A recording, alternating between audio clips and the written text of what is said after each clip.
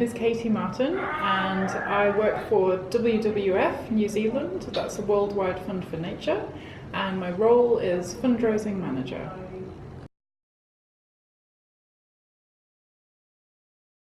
So day to day my work can be really varied. So one day I could be in a leadership team meeting talking about finance and strategy and where the organisation is going. Then I might be dealing with some fundraising suppliers, making sure that we're on track for the work that we're doing. Next up I might be reviewing an email, editing that, giving feedback. I might be reviewing a postal appeal, making sure that meets the fundraising standards and has best practice in it. Then I could be I'll be running fundraising team meetings, looking at the work that we've got on, making sure that it all is progressing. And then from that I could be meeting with donors, I could be on the phone to donors saying thank you for their donations. So yeah, there's lots of variety, there's lots of different things, and it's pretty exciting, it's pretty fast moving, I like it. Well, I never knew that I would end up working in fundraising.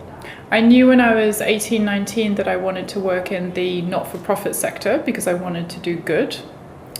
So my undergraduate degree is in English, literature and language, and I have a master's in culture, policy and management.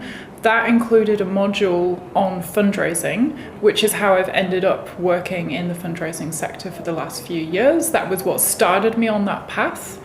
But yeah, it wasn't what I expected when I studied that, but I think it's a good fit for me. It's a pretty interesting area of work.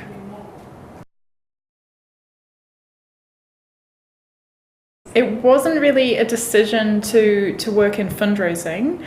I really wanted to work in the charity sector, the not-for-profit sector, because I knew from a pretty young age that I wanted to work somewhere that did good, somewhere that made a difference to people, to the world, to the environment. That was always really important to me.